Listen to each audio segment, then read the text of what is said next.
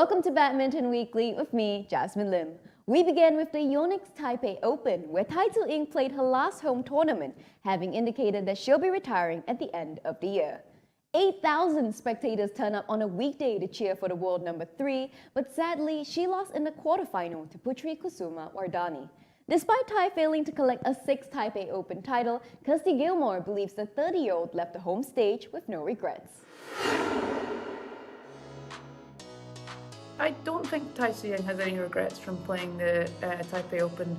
I saw a quote from her after the quarter-final that she lost, and she said she kind of expects to lose every game with her knee injuries. So yeah, I think she knows where her body is physically right now, and I think there would have been a real want from her to play her home tournament that she's played for so many years, and to give the fans a last chance to see her perform. So I don't think she has any regrets.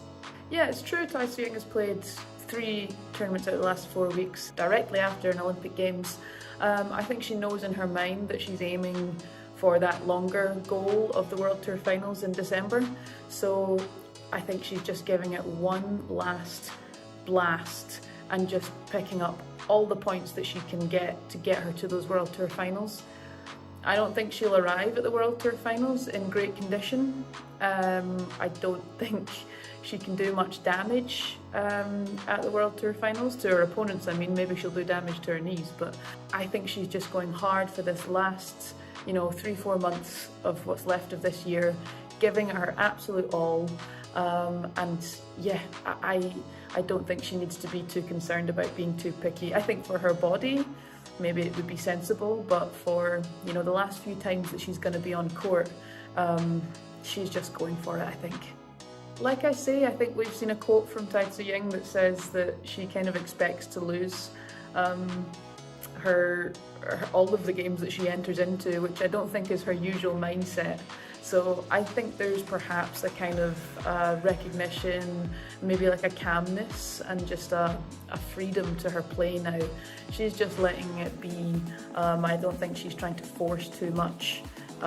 She's a very kind of fluent and in the moment instinctual player anyway, so I think it kind of aligns with her usual process into games. She's given quotes before. She's not one for doing homework and doing massive amount of preparation for an opponent. She just kind of goes in, plays her game, plays her style, and now I think she has relaxed feeling about her. I don't think we will see her winning the World Tour Finals, but I think if she can go and she can have fun for her last hurrah, I think it's what the fans want to see. I think perhaps some people might say that she's taking up a spot at the World Tour Finals, and she's, if she's not in the best condition, then why is she playing it? But I mean, Tai Tzu Ying is a legend of the game. She's been at the highest level for a decade, if not more. I remember playing her in my first World Champs in China, in Guangzhou, in 2013. I remember Carolina Marin asking me who I'm playing, and I was like, someone from Chinese Taipei? I don't know. Turned out to be Tai Tzu Ying, and she went on to have an incredible career. So I think the fans, and I think for her to play the World Tour Finals in whatever condition she arrives in is a good thing, and I think she's left an extremely positive imprint on not just women's singles badminton, but just badminton in general. I think the skills that she's brought to the game are just undeniable in the men's and the women's game. I think I would say she was the most skillful player in the world, definitely for periods of time, for sure. So she'll be very missed, but I think she can go out on a high at the World Tour Finals. Fans also had to bid farewell to Li Yang at the Super 300 event. The 2-time Olympic gold medalist played his final tournament with doubles partner Wang Chiling exiting in the second round, the top seeds falling at hands of their compatriots Liu Kuang-heng and Yang Po-han.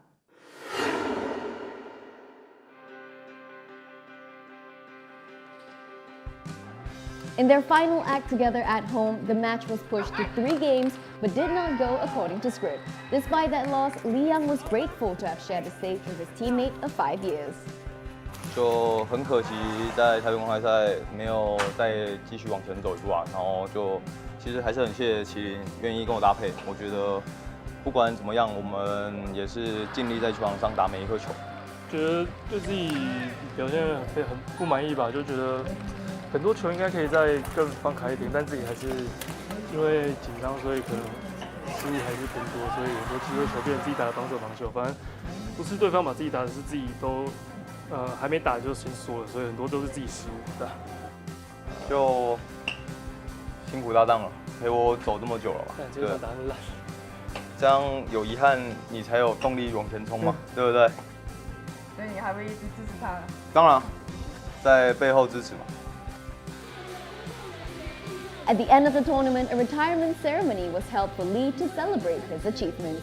The 29-year-old will now teach badminton in the next phase of his career. However, Lee will come out of retirement in December and pair up with Wang Chiling one more time at the HSBC BWF World Tour Finals.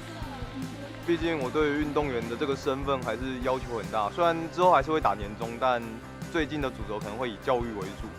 运动员本来就是应该对我来讲就是一个很高标准的，然后需要一个很高自律，然后高水准的水平，你才可以保持在顶尖。那我希望把这样的精神留给后面的人，当一个榜样。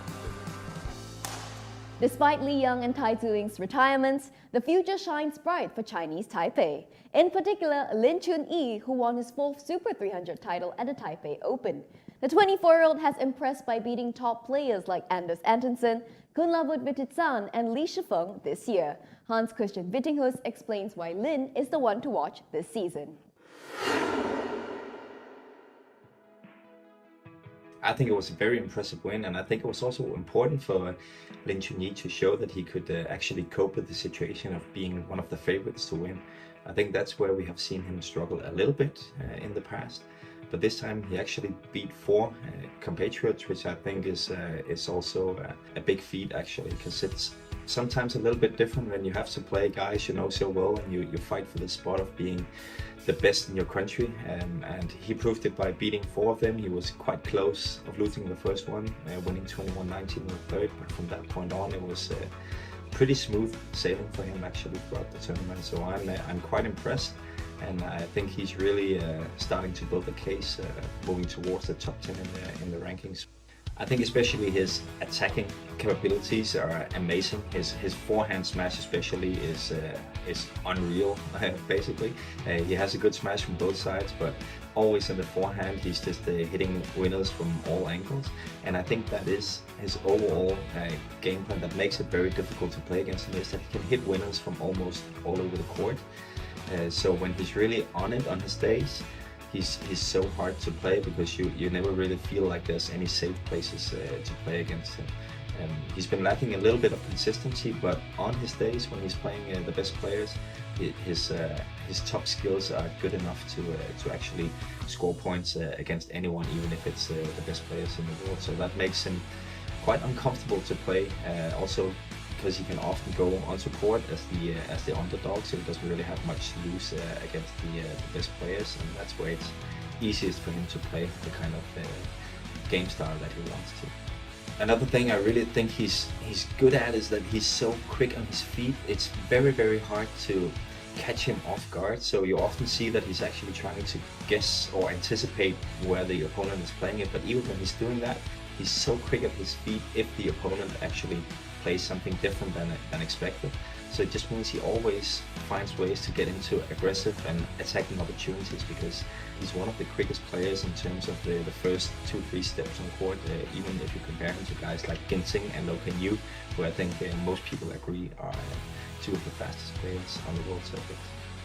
I think for sure he still needs to up his consistency, and with that I mean that he also needs to up the consistency in his game, so it's not only when he's on it on his days that his attack is really working well. He needs to find a better way of winning matches when he's not hitting lines on all his attacks, but on days where he's maybe lacking that sharpness a little bit, he needs to find ways to be more consistent, be better in his defense, be able to have more than maybe just one plan to be able to beat these top guys, but also some of the lower ranked players. We saw that he lost early in the US Open where he was the top seed when he lost to Jonathan Matias from Brazil. He lost first round the week after, also on Canada Open.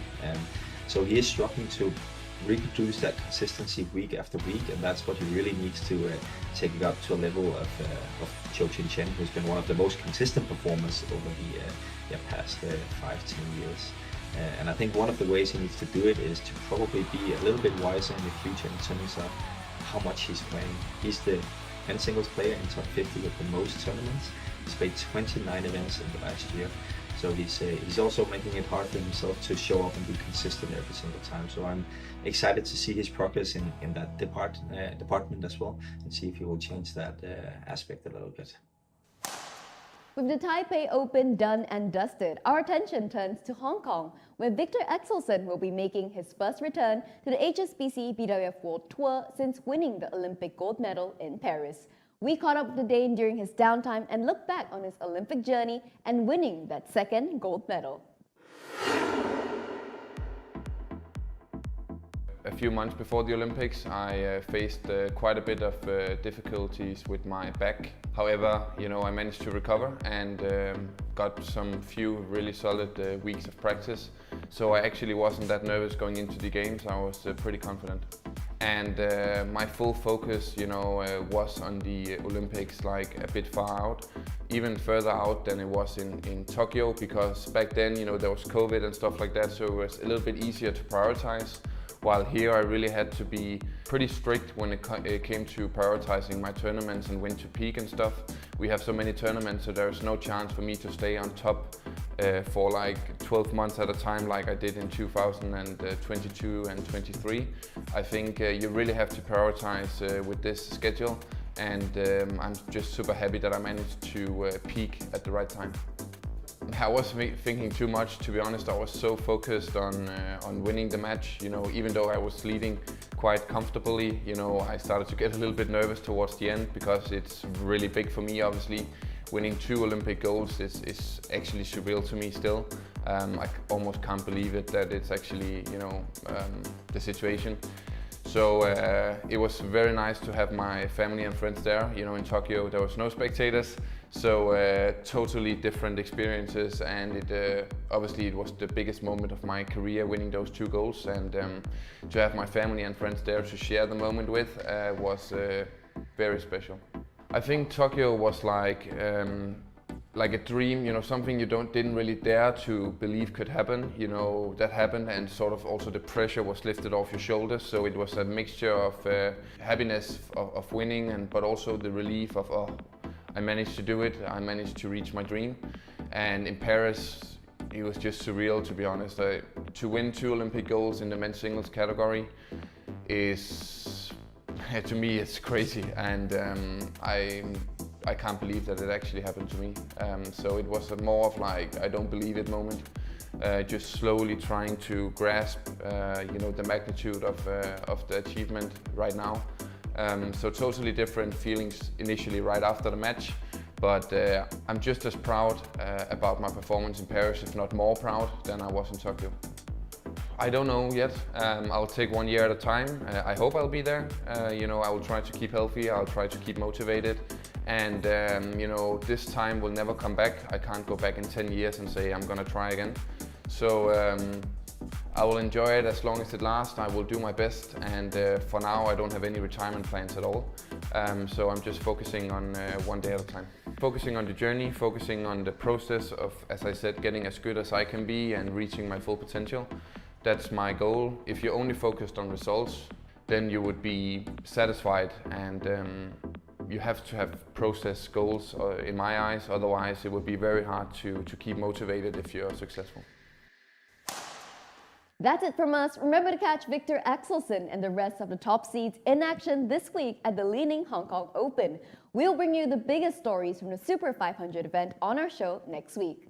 In the meantime, stay up to date with the latest news by downloading the BWF app Badminton for you. And as always, do let us know your thoughts, comments, and questions on our Facebook and YouTube pages. See you guys next week.